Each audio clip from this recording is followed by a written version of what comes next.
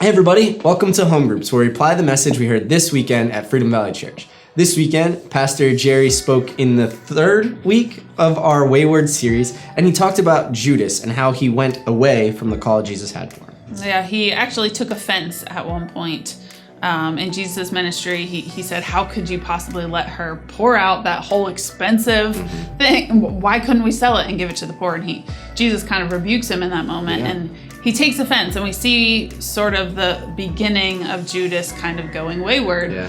Did that contribute to what he did in the end? We don't know, but he definitely took offense, and it's something we do all the time. Yeah, and taking offense isn't the problem. You know, if someone rebukes you, it's very easy to be offended. Jesus also rebuked other disciples. At one point, he looks at Peter and says, "Get behind me, Satan," which is so much more severe than what he did to Judas. But after we're offended, it's on us to deal with that offense, to deal with our emotions, to move from the place of, I can't believe that was said to me, done to me, it shouldn't have, into a place of dealing with it, of going to the other person and saying, hey, listen, that upset me. Or what did you mean? Because maybe you didn't mean what I thought you meant, because this is what I heard. And dealing with it so that we don't stay stuck. Because if we stay stuck in offense, it's going to corrupt us, it's going to change us, and it puts up walls and barriers between us and other people. It still comes back to pride a little bit, because you're saying, how dare they? And you rationalize in your head, it couldn't possibly be, it must be because of something else. And instead of genuinely sitting back and saying, were they right? That's right. Do they have a point? Is there something that I could change?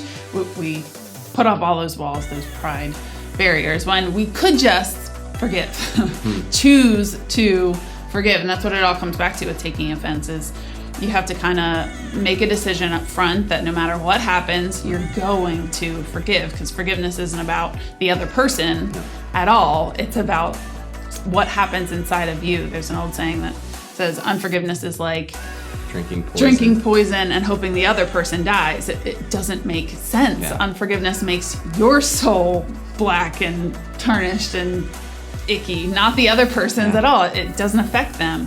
But we often think that forgiveness can be or must be earned instead of given. Forgiveness can only be given. If you make it earned, it makes it all twisted and backwards and not good.